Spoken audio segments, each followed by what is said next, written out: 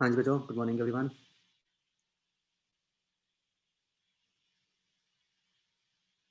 देखो कल जब टॉपिक कराना था तो 50 से ऊपर बच्चे थे।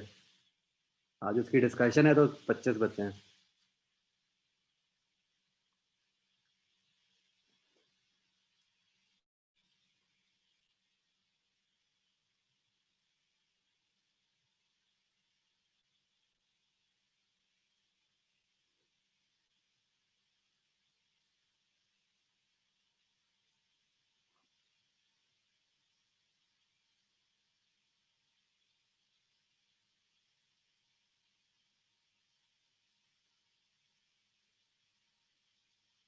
ये बच्चों स्क्रीन दिख रहा है आपको?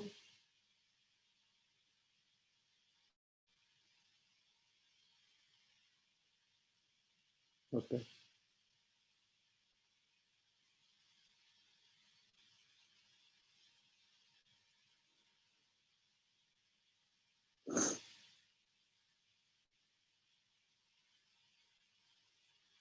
हाँ जी।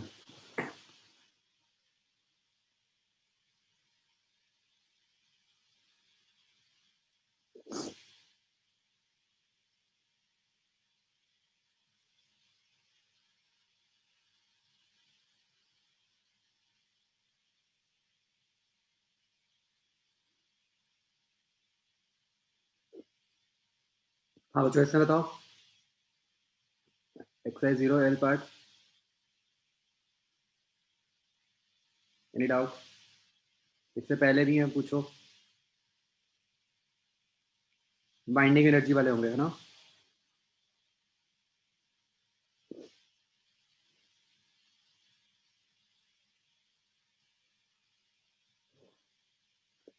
हाँ, जैसे एच पे आ जाओ।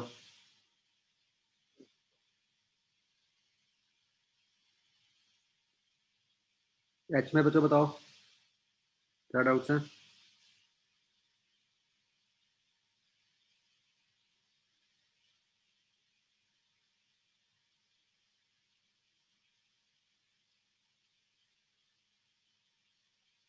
आई।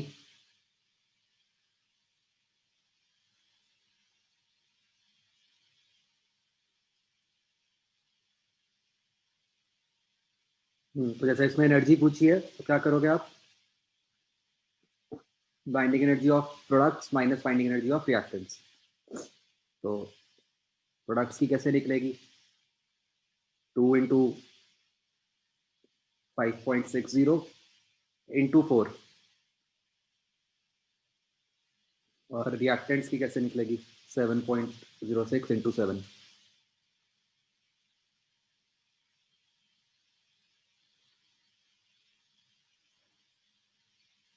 पॉजिटिव मतलब रिलीज।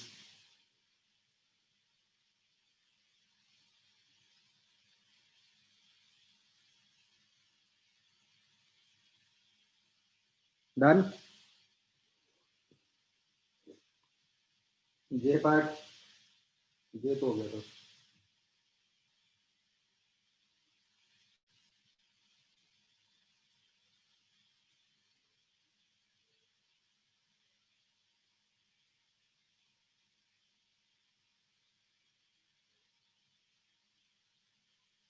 तो जे का थर्ड तो मतलब बाइंडिंग एनर्जी से कोई लिंक ही नहीं है इसका।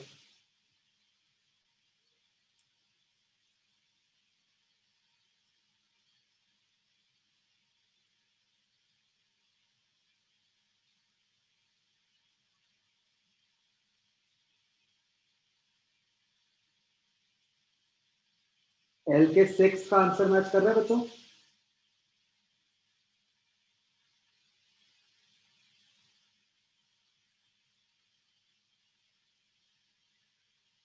कर रहा है। Sir yes. सर ये वाले क्वेश्चन के अंदर जैसे मतलब जो यूनिट्स हैं वो बैक्यूएल के हैं इसके अंदर,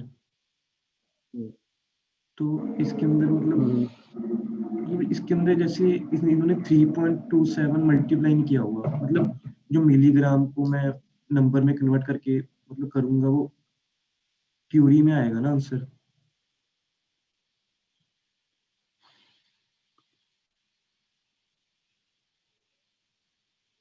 मतलब जो आंसर आ रहा है वो जैसे इसका आंसर कुछ है तो वो 2.9 इंटू क्यूरी में आ रहा है वो आंसर, बैक्यूरेल में नहीं आ रहा।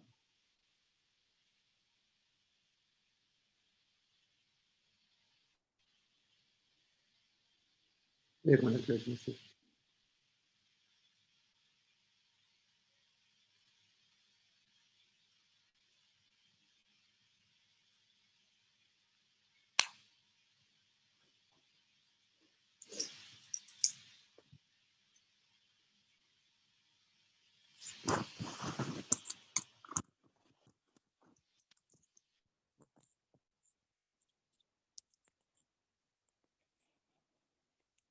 हाँ, आप तो जब सॉल्व करोगे तो आपके पास तो आंसर डिसइंटीग्रेशन पर सेकंड में आएगा ना, तो वो क्यूरी में तो नहीं हुआ, वो तो बैक्टीरियल में ही हुआ, और ऑप्शंस भी उसी में ही है। सर हम जब कहते होते हैं कि वो एसआई यूनिट है, मतलब जब मैं सब कुछ एसआई में करूंगा तो वो क्यूरी में नहीं आएगा आंसर।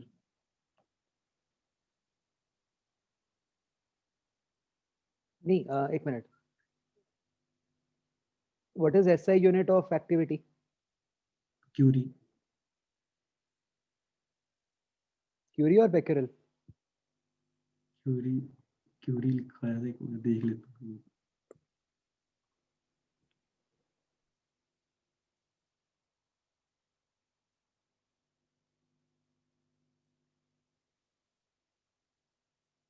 देखना बच्चों, हमने उल्टा तो नहीं लिख लिया कुछ?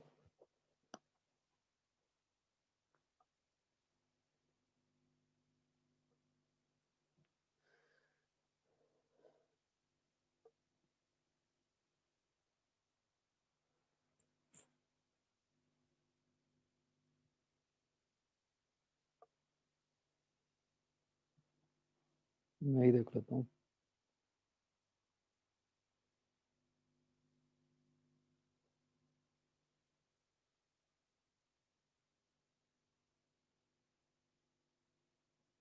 अच्छा, हाँ, नहीं नहीं, रुको, ये गलत लिख दिया बच्चों।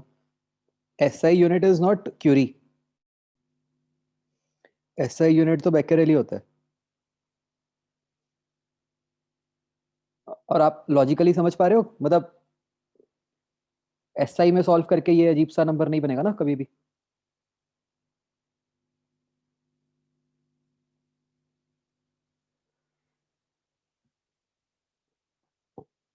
तो अब वो क्लियर हो गया डाउट? यस सर, अब तो ठीक।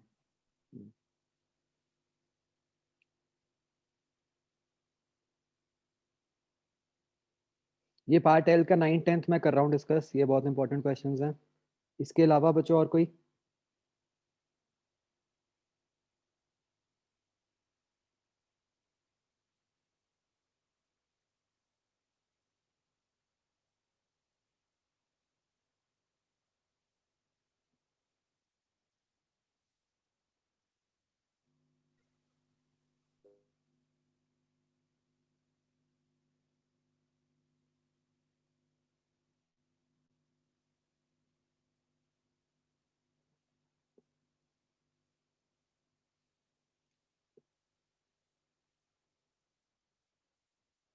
के में देखो बच्चों, के का सेकंड क्वेश्चन,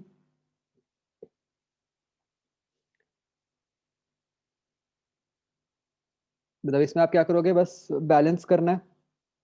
तो देखो, जो एक्स है उसका मास कितना हो गया, 4 हो गया, और चार्ज 2 हो गया, तो वो क्या बन गया, अल्फा पार्टिकल बन गया।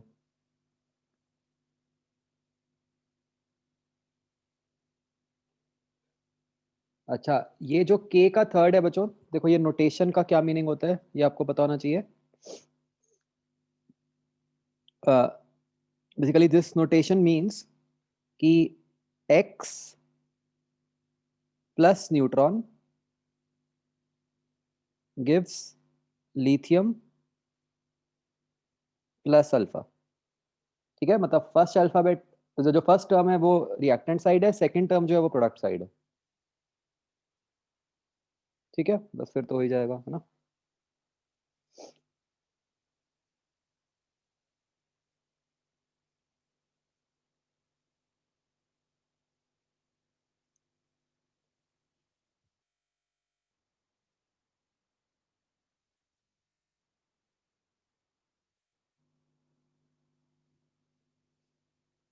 L का सेकंड देखो, आपको कहा है कि हाफ लाइफ इतनी है, y में कन्वर्ट करता है जो स्टेबल है. Sample of rock from moon was found to contain both x and y and they are in the ratio 1:7. What is the age of the rock? तो simple, मतलब इसमें अगर 1:7 है तो इसका क्या मतलब हुआ कि x जो है वो पहले से 1/8 बचा हुआ है, तो 3 हाफ लाइफ निकल गई. सर हाँ जी. सर जो जैसे फर्स्ट ऑर्डर की रिएक्शन होती है वो इन्फिनिटी पे जाके कंप्लीट होती है, तो जैसे फिर एज है वो भी इन्फिनिटी नहीं आनी चाहिए कि मतलब रॉक एक्स को खत्म होने में कितना टाइम लगेगा? नहीं, एज ऑफ रॉक का मतलब है कि ये वाला रॉक जो आपने उठाया मून से, ये कितना पुराना है. मतलब व्हाट वी आर अज्यूमिंग कि मतलब कि जब आपने इसको, मतलब जो इसकी इनिशियल t इक्वल टू 0 कब है, जब वो सिर्फ x था. ओके सर, हाँ जी. Third question, atomic weight 10 and 20 are mixed in equal amounts by weight. After 20 days, their weight ratio is found to be 1:4. P has a half-life of 10 days. Half-life of isotope Q is. तो इसको लिख लेते हैं. देखो, initially number of particles कितने हो गए? P के हो गए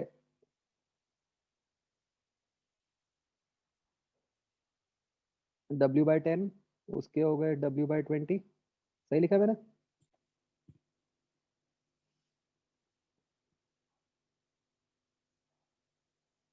राइट.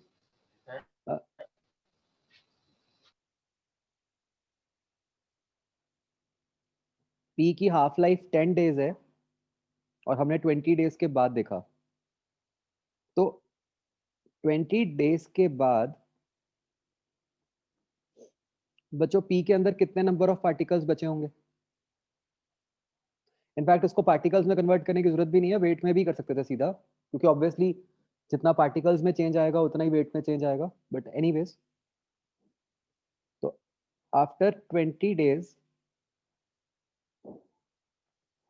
P के अंदर जो पार्टिकल्स बचे वो बचे W/10 इंटू 1/4.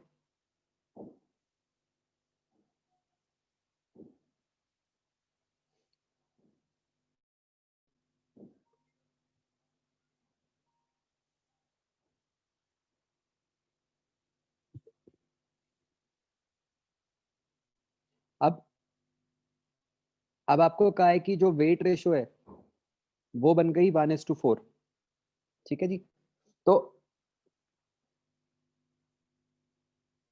इसका मतलब क्या हुआ कि 1:4 कैसे बनेगा बच्चों? P का वेट कितना हुआ? इसके हिसाब से P का वेट हो गया W/4. तो Q का वेट क्या हो गया अगर 1:4 रेशियो रखनी है?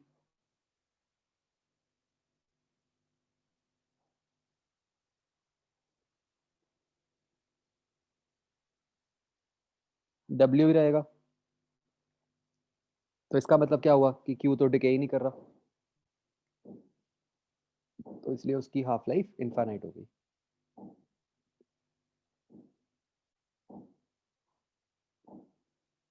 अंडरस्टूड?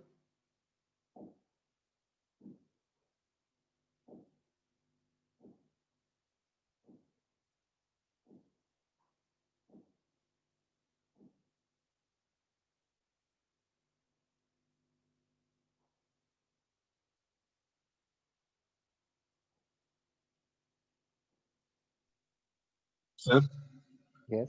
सर के सेकंड क्वेश्चन में हमको उन्होंने कहा है कि एनर्जी रिलीज हो रही है, तो हमने मास कैसे कंजर्व कर लिया? एनर्जी तो हर न्यूक्लियर रिएक्शन में ही होती है, और हमने मास नहीं कंजर्व किया, हमने मास नंबर कंजर्व किया. ये तो ओके सर, न्यूक्लियर रिएक्शन की प्रॉपर्टी होती है ना, बेसिक. ठीक है सर.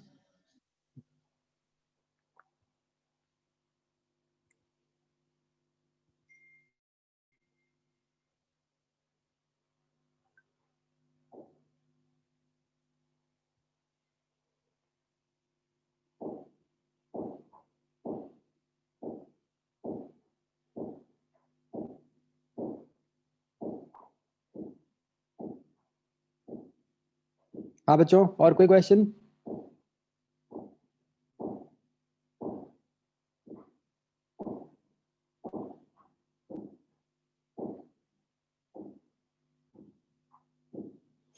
ओके, अब ये देखो बच्चों, प्रोबेबिलिटी वाला क्वेश्चन ध्यान से देखना बच्चों, इसको बहुत इंपॉर्टेंट क्वेश्चन है। सी, हमें कहा है कि रेडियम 226 की हाफ लाइफ जो है वो 4 डेज है। प्रोबेबिलिटी अ न्यूक्लियस डिसइंटीग्रेट्स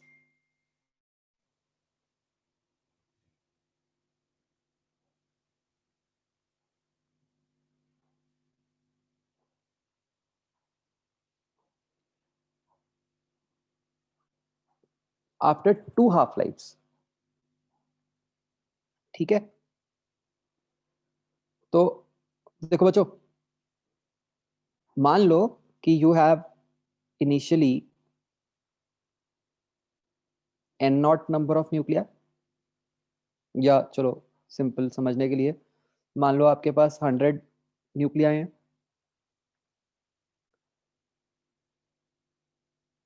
अगर 2 हाफ लाइफ्स निकल गई, ये न्यूक्लिया कितने बचे? 25।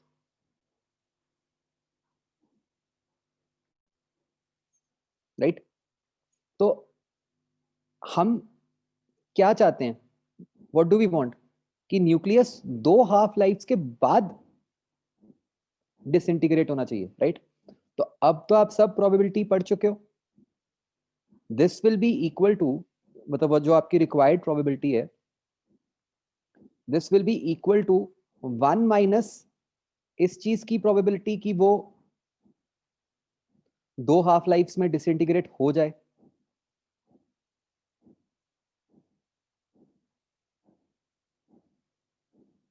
Isn't it?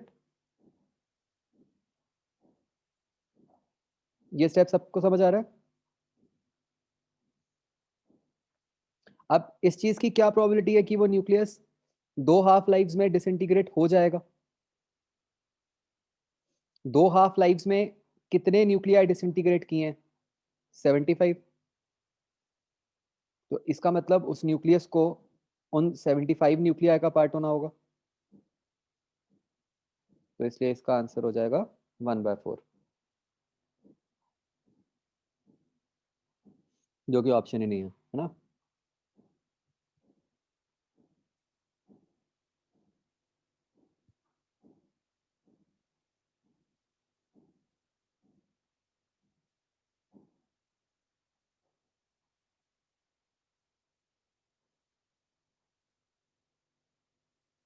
क्या कुछ गलत कर दिया मैंने?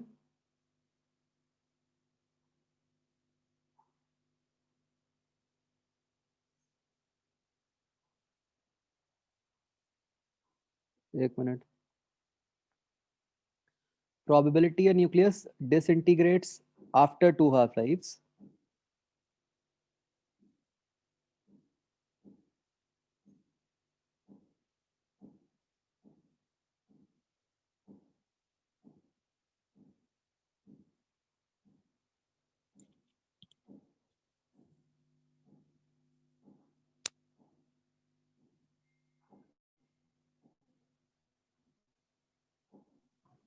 सर उसने डिसइंटीग्रेट इनटू 2 हाफ लाइफ ही पूछा है।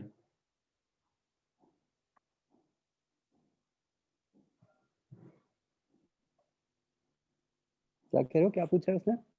सर मतलब हमने 1 माइनस कर दिया ना, हमने तो मतलब ना हो वो निकाला है कि मतलब वो पूछ रहा है कि हो। नहीं, वो तो कह रहे हैं after 2 half lives.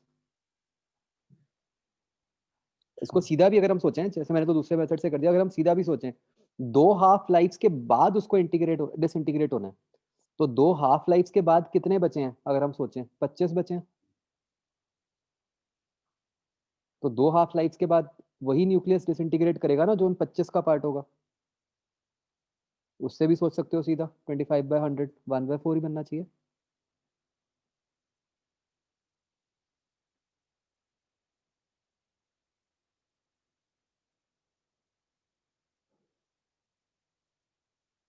Find the probability a nucleus disintegrates after 2 half lives. बच्चों मतलब 3/4 तब आता अगर ये लिखा होता विद इन 2 हाफ लाइफ्स या इन 2 हाफ लाइफ्स। समझ रहे हो? यहाँ पे क्या लिखा है? After 2 half lives.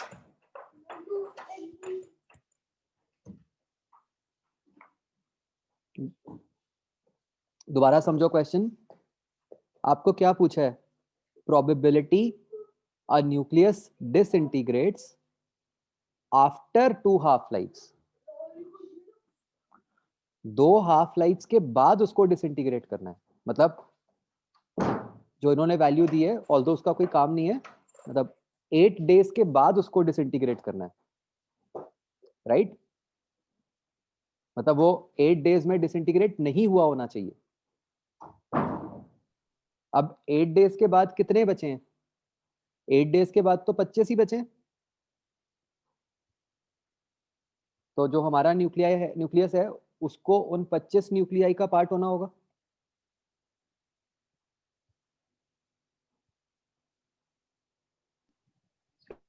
सर जो मतलब इन्होंने मतलब जैसे वो विद इन वाले का आंसर दिया ना, वो भी इन्होंने गलत दे रखा है, उसका भी हाफ दे रखा है आंसर।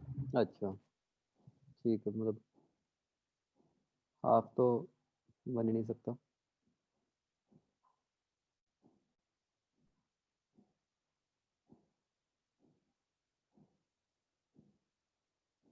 देखो बच्चों, एनी डाउट इन दिस?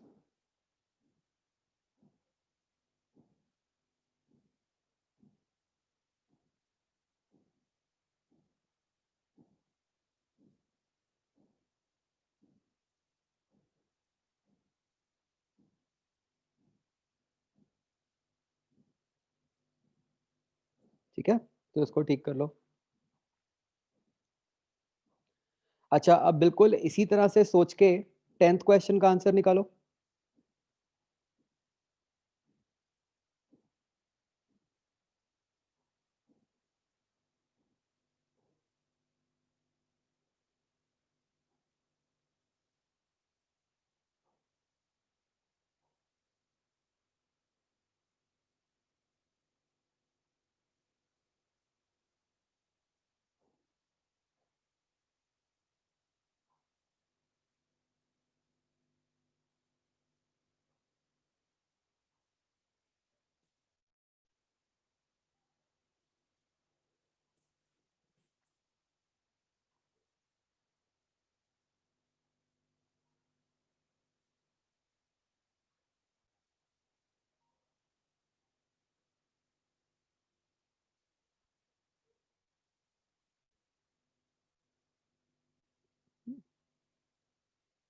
बिल्कुल सिंपल है अगर आप सोचोगे तो।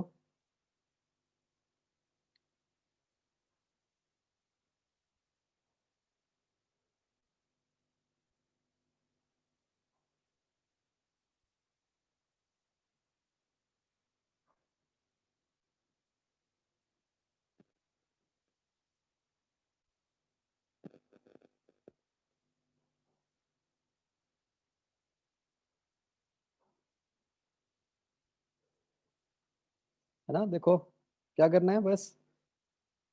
अच्छा बच्चों, एक ना मतलब ये अप्रोच जरूर फॉलो करो रेडियो एक्टिविटी में। मतलब generally I have seen this is very helpful कि ना, मतलब चाहे प्रोबेबिलिटी है चाहे कोई भी और क्वेश्चन है, हमेशा ना ऐसे लिख दो।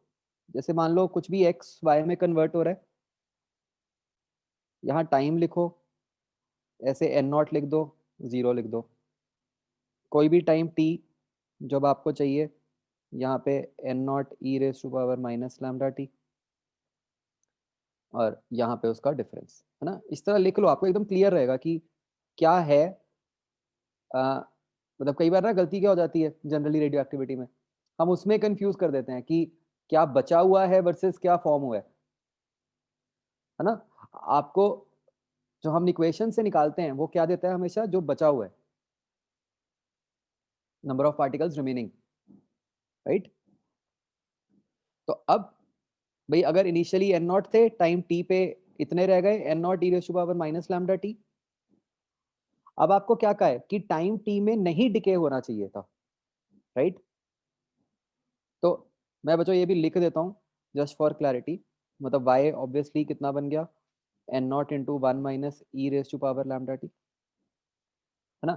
तो अगर ऐसे लिखोगे तो गलती होएगी नहीं, सीधी बात है ना। नहीं तो फिर अभी आप में से कुछ ने आंसर किया गलत। तो आप चाहते हो ना डिके हुआ हो वो, है ना। अगर वो ना डिके हुआ हो तो वो कौन सी वाली टर्म का पार्ट होना चाहिए न्यूक्लियाई आपका, इसका, है ना। तो बस दोनों को डिवाइड करो, आंसर आ गया आपका e raise to power minus lambda T.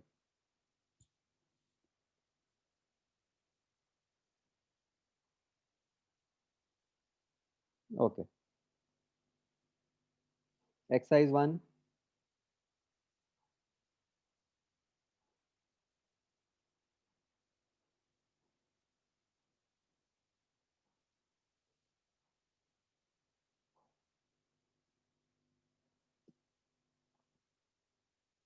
Part H,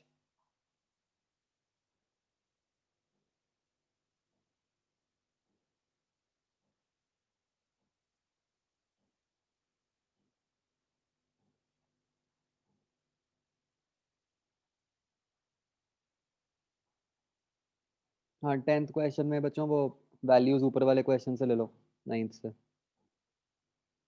मतलब ऑफ कोर्स वो गिवन होनी चाहिए।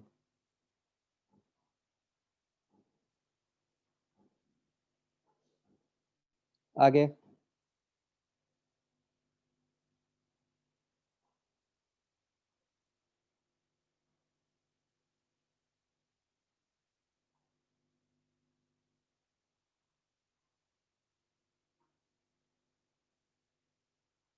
डन।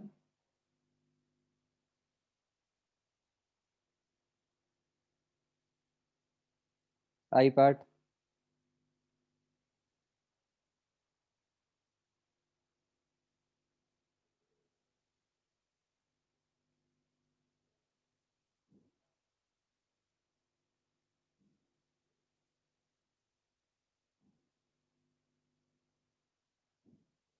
ये बच्चों जे का 7th हो गया।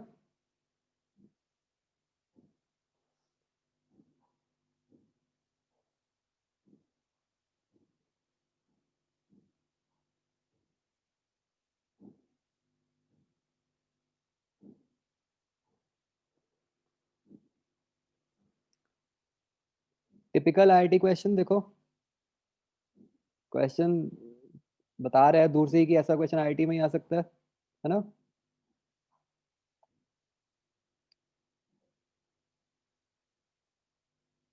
राइट, बिल्कुल। आप अगर पैटर्न देखो, बिल्कुल यही चीज मैं आपको वहां भी कहता था ना केटीजी में, कि मतलब ये नहीं कि सिर्फ ग्राफ याद रख लें, हमें ये पता होना चाहिए कि ग्राफ आया कहाँ से है, उसका मीनिंग क्या है। राइट, यहाँ पे अब मान लो कोई पर्सन, मतलब किसी ने सिर्फ रट्टा मारा हो कि यार बाइंडिंग एनर्जी का बस ग्राफ ऐसा होता है ना। वो ये क्वेश्चन कर ही नहीं सकता, वो तो देखते घबरा जाएगा कि यार ये क्या हो गया, तो ग्राफ ही चेंज कर दिया।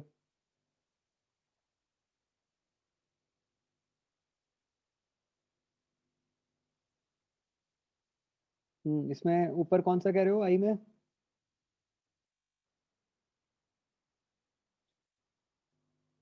आई का 10th,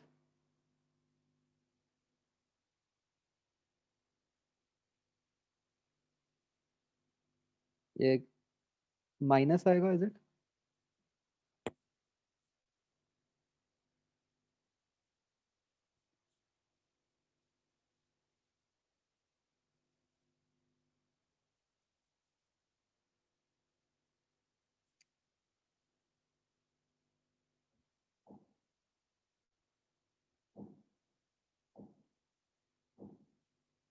यस, करेक्ट।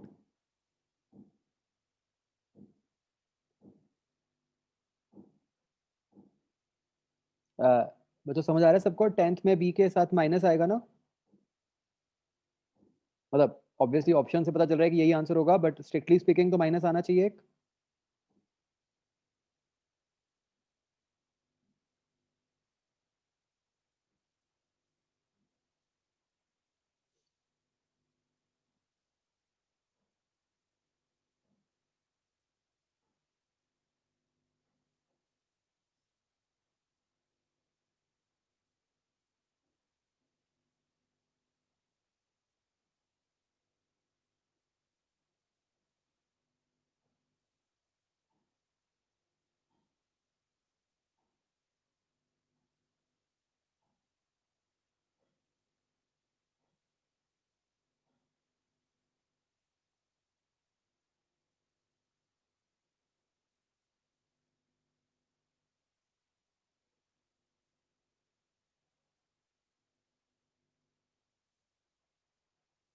7th कैसे होगा?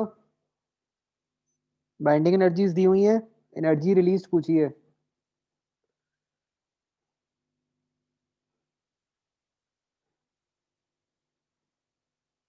तो क्या हो गई वो y माइनस 2x।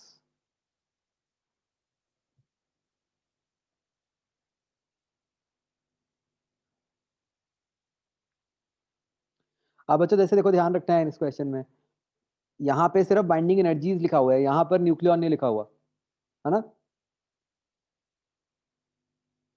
मतलब जैसे मैंने एकदम जल्दी में पढ़ा, मैं यही सोची गया जा रहा था, मैंने कहा ये क्यों 2n से तो मल्टीप्लाई होगा, ये नीचे ऑप्शंस में ही नहीं है, बट वो पूछा ही सिर्फ बाइंडिंग एनर्जीज है ना, उसमें पर न्यूक्लियॉन तो है ही नहीं।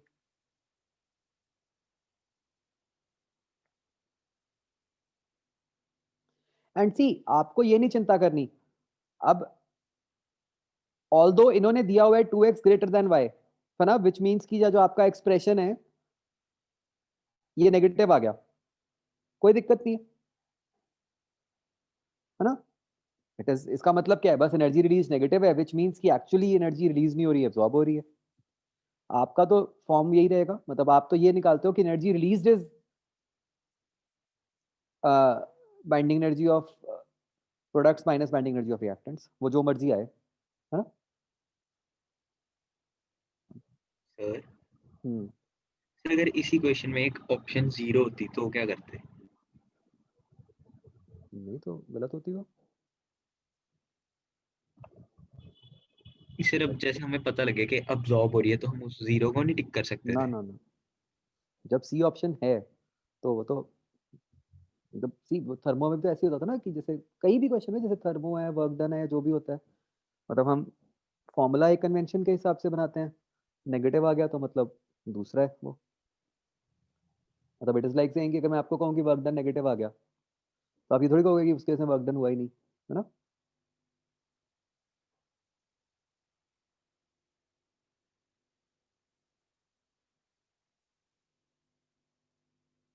हाँ जी, आगे एल पार्ट।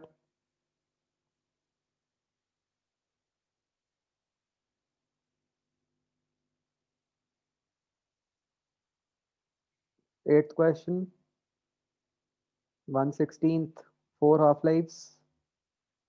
अच्छा यूनिट्स गड़बड़ है ना।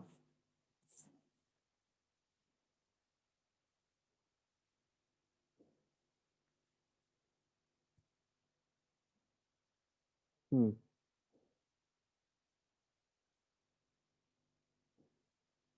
और बच्चों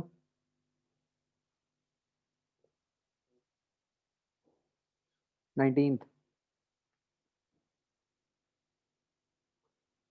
बच्चों trick question, decay constant of stable and product, right. अगर स्टेबल ही हो गया तो उसका डिके कांस्टेंट क्या होगा?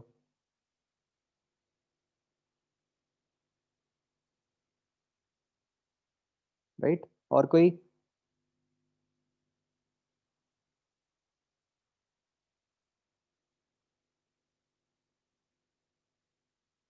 बच्चों आप कंफ्यूज कर रहे हो मुझे, स्टेप बाय स्टेप चलो। अब एल में जिसको कोई भी डाउट है पूछो, फिर मैं उसके पीछे वालों में दोबारा पूछूंगा, ठीक है।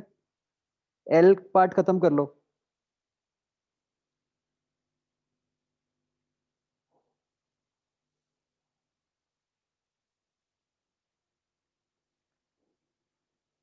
शोभित आपको क्लियर हो गया, 0 क्यों आएगा? स्टेबल किसके यूरेनियम के कंपैरिजन में होगा? नहीं नहीं, यूरेन स्टेबल मतलब स्टेबल, एब्सोल्युटली स्टेबल, की मतलब वो फर्दर डिके नहीं कर रहा। अच्छा okay. 10th क्वेश्चन, अगेन ये भी it's type of trick question. Beta decay हो रहा है ना। बीटा डिके से तो मास को क्या ही होगा, कुछ नहीं होगा, इसलिए मास नियरली सेम ही रहेगा।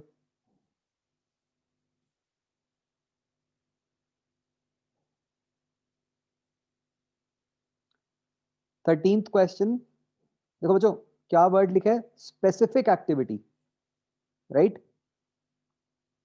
स्पेसिफिक वर्ड आपका पहले भी आया है ना कई चैप्टर्स में, बताओ वहां पे क्या होता है जब स्पेसिफिक वर्ड आ जाता है?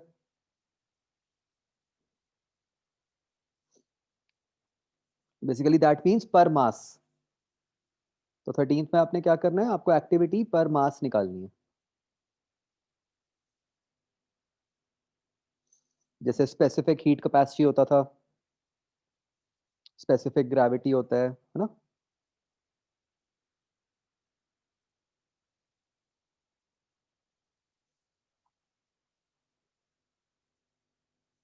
हाँ जी, एल डन। एल पे नहीं आऊंगा मैं दोबारा।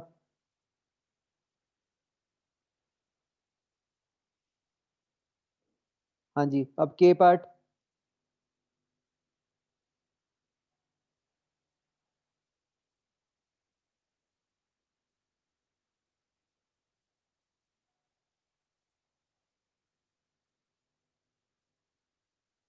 के थर्ड देखो, अगर बीटा नेगेटिव एमिट हो रहा है न्यूक्लियस से, इसका मतलब क्या है कि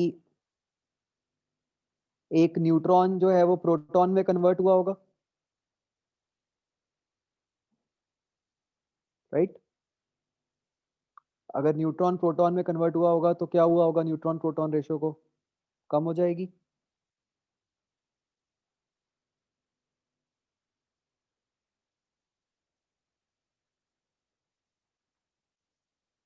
टेंथ क्वेश्चन,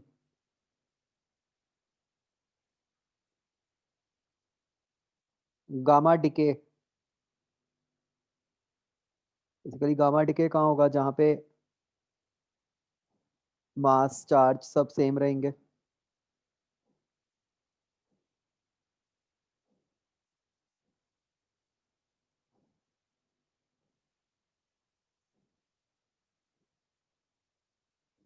हाँ, तो कौन सा हुआ केस।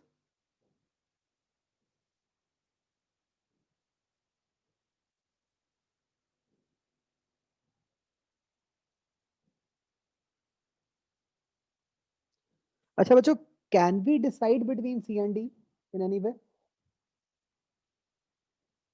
या दोनों ही होने चाहिए।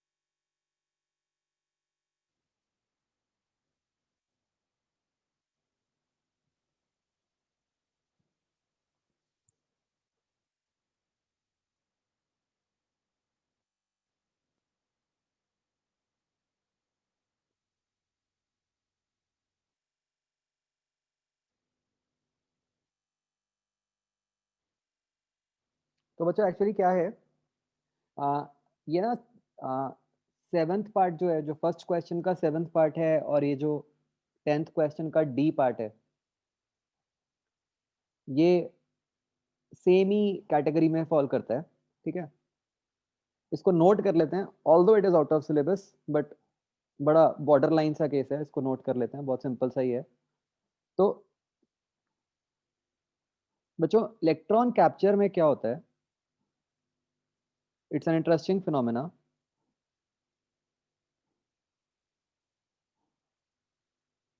मतलब इस केस में क्या होता है ना, कि जैसे जो आप नॉर्मल बनाते हो कि भाई न्यूक्लियस है और उसके आसपास एक इलेक्ट्रॉन रिवॉल्व कर रहा है, राइट। ये मतलब ये कई जगह बच्चों फिनोमेना होता है। क्या होता है कि न्यूक्लियस जो है वो ना इलेक्ट्रॉन को एब्जॉर्ब कर लेता है।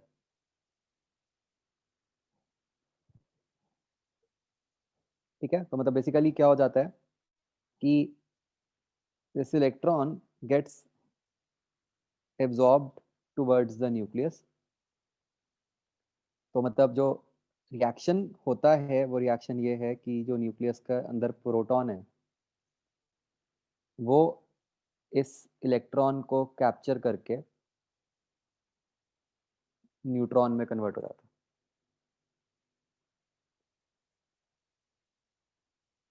है। एंड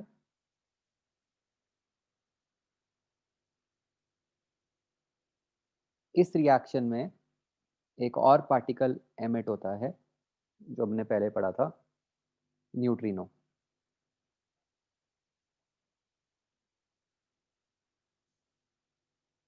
ठीक है, मतलब इट्स अ रेयर फिनोमेना जो कई कई जगह देखने को मिला है।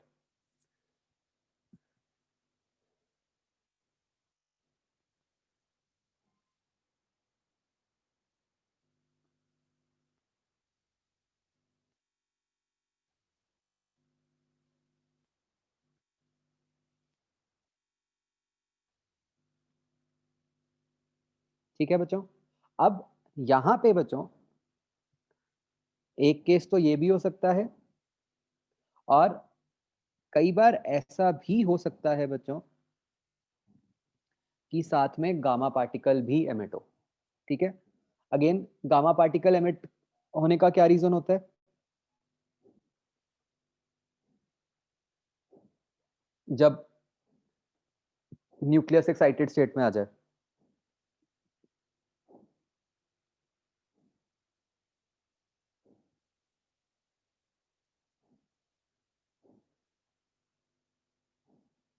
न्यूट्रिनो का क्या सिंबल बनाया था हमने?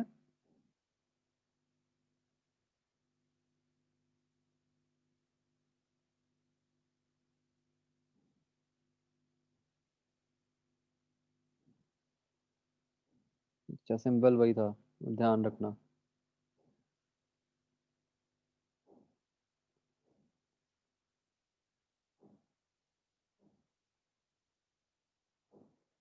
तो मतलब बच्चों बात समझने वाली क्या है कि इलेक्ट्रॉन कैप्चर में न्यूट्रिनो तो पक्का ही आएगा, गामा आ भी सकता है और नहीं भी आ सकता। समझ गए?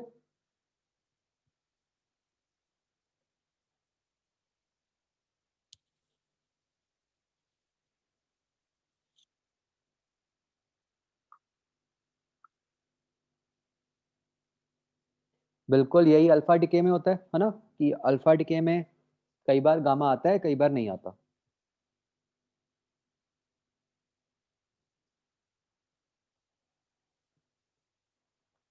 तो अब अगर हम फर्स्ट क्वेश्चन के 7th पार्ट की बात करें, तो मतलब जैसे अगर अब यहाँ पे कहा गया है कि राइट न्यूक्लियर रिएक्शन इक्वेशन, तो आप दोनों तरीके की इक्वेशन लिख सकते हो कि जिसमें either you show gamma particle on right side or you don't show, right? Both are correct.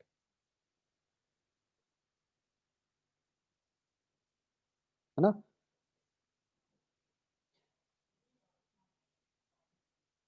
And now how will you decide between C and D? बच्चों 10th क्वेश्चन में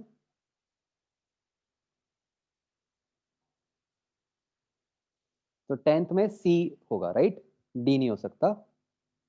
हाँ, D में अगर 2 दिखाए होते, है ना, प्लस G प्लस H होता,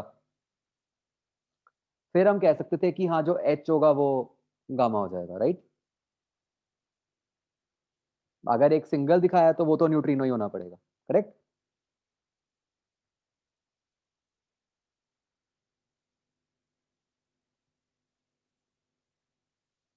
के पार्ट डन बच्चों?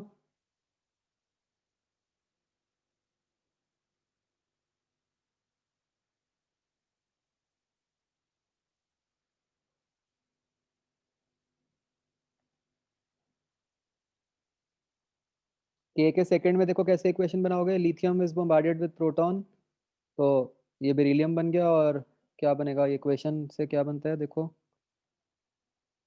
Lithium 73 plus proton 11 gives beryllium 48, तो चार्ज मास तो बैलेंस हो गया, तो गामा ही बचा ना।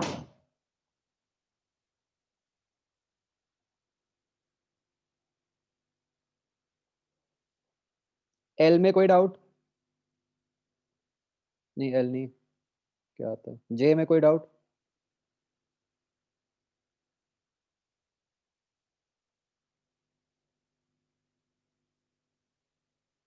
जे का 8th, और nuclear with A greater than 100 mark the incorrect statement. तो Binding energy decreases as A increases, correct? If the nucleus, ये उससे linked तो नहीं है ना, ये तो अच्छा separate है.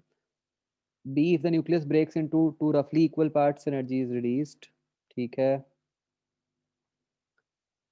If two nuclei fuse to form a bigger nucleus, energy is released. तो C गलत हो गया, है ना? B क्यों करेक्ट हो गया? देखो A ग्रेटर देन 100 है, अगर इक्वल पार्ट्स में ब्रेक होगा तो ज्यादा स्टेबल में कन्वर्ट हो रहा है ना वो. सर अगर ए 100 और 200 के बीच में स्प्लिट हुआ, फिर मतलब ए वो सबसे स्टेबल वाले रीजन में है, अगर वो मतलब स्प्लिट हुआ तो देनी पड़ेगी ना एनर्जी. नहीं, मान लो बड़ा भी है तो बाइंडिंग एनर्जी का ग्राफ तो डिक्रीजिंग ही है ना. नहीं मतलब 100 और 200 के बीच में तो मोस्ट स्टेबल है ना वो, सबसे ज्यादा मिडिल में.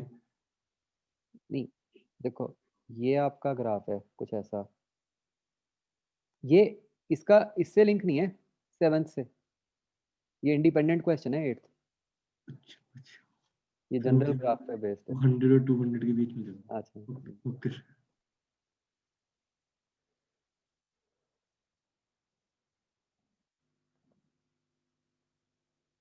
ठीक है. J done. I,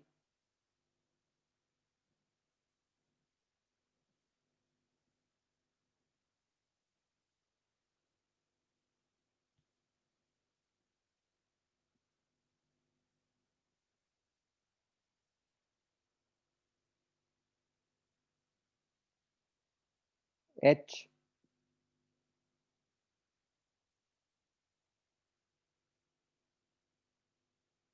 H का second, wrong description of binding energy of nucleus.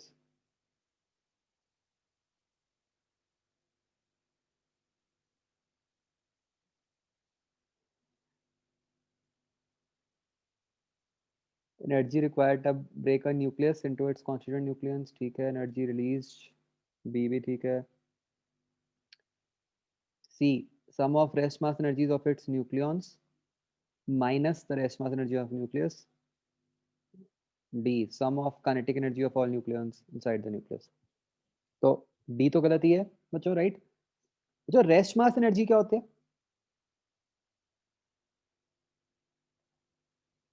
Rest mass energy का मतलब होता है कि अगर कोई मास को आप एनर्जी में पूरा कन्वर्ट कर दो तो जो एनर्जी होगी, मतलब बेसिकली mc².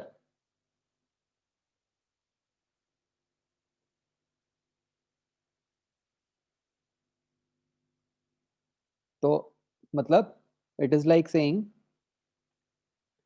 कि ऐसी एग्जांपल अगर मैं लूं कि ये 3 प्रोटॉन्स प्लस 4 न्यूट्रॉन्स ने मान लो कुछ बना दिया, ठीक है. इस केस में आप बाइंडिंग एनर्जी कैसे लिखोगे?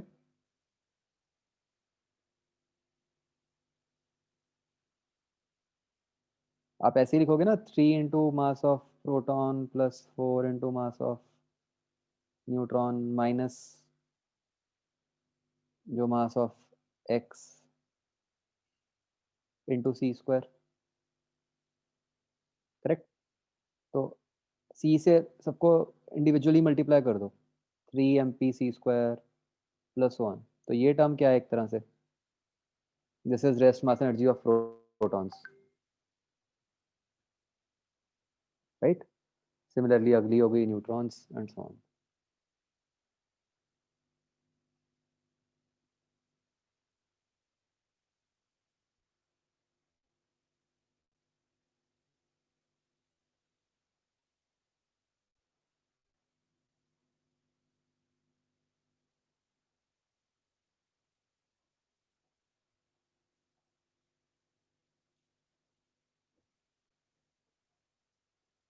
हाँ जी.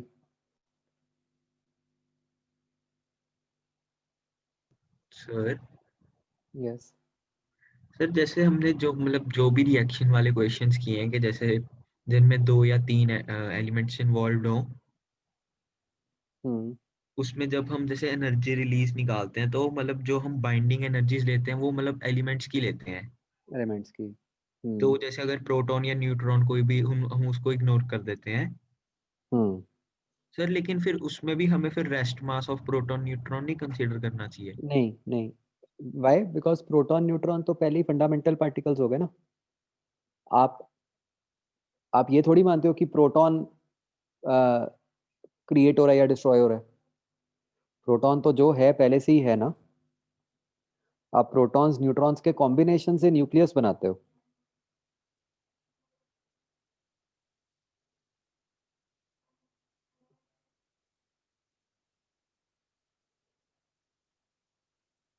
जो सर जैसे रिएक्शंस में वो जो पार्टिकल्स फंडामेंटल ये प्रोटॉन न्यूट्रॉन निकले, हम्म तो सर मतलब इनको भी तो काइनेटिक एनर्जी मिल ही सकती है रिएक्शन के टाइम। मिल सकती है, बट बाइंडिंग एनर्जी क्या होता है? बाइंडिंग एनर्जी का तो मीनिंग ये होता है कि वो कहते हैं न्यूक्लियस की बाइंडिंग एनर्जी। उसका मतलब है कि न्यूक्लियस को आपने उसने कॉन्स्टिट्यूएंट्स में ब्रेक कर दिया, राइट? प्रोटॉन की बाइंडिंग एनर्जी का क्या मतलब होगा, सोचो।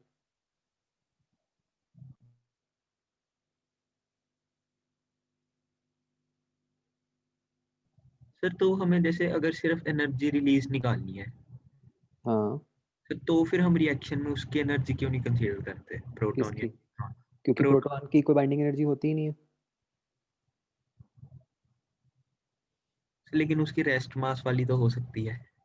नहीं, हम ये तो कहीं नहीं मान रहे ना कि एक प्रोटॉन पूरे का पूरा एनर्जी में कन्वर्ट हो गया। नंबर ऑफ जो सम होता है वो हम सेम नहीं करते, मास नंबर। Yes sir. तो इसलिए वो तो लिख ही नहीं सकते।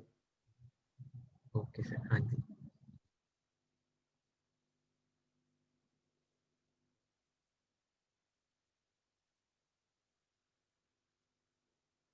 नहीं तनेश, वैलिड है हर जगह, देखो। ये तो कहीं भी मतलब डिसोबे नहीं हुआ। Total number of neutrons proton same रहते हैं, तभी तो हम हर जगह बैलेंसिंग कर रहे हैं ऊपर वाली टर्म की, जो मास नंबर है।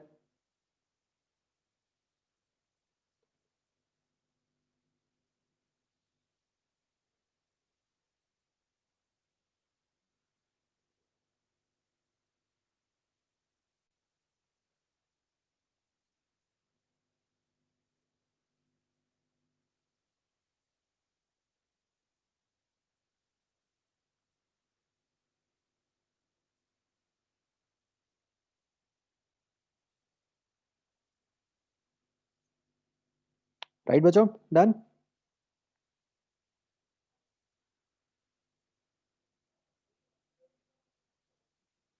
ओके, चलो ठीक है बच्चों। Okay then. एक्सेल 1 आपका जो डिस्कशन पेंडिंग है, प्लीज रीजॉइन। मैं एक बार बंद कर रहा हूँ मीटिंग। नेक्स्ट वीक कोई नया टॉपिक नहीं है।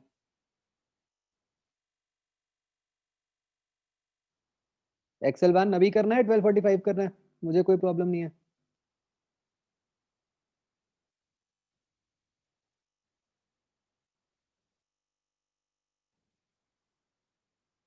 जल्दी वोट करो।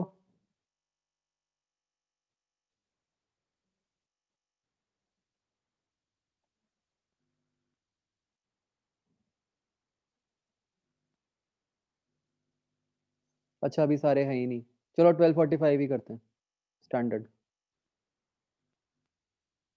ठीक है, ओके बच्चों।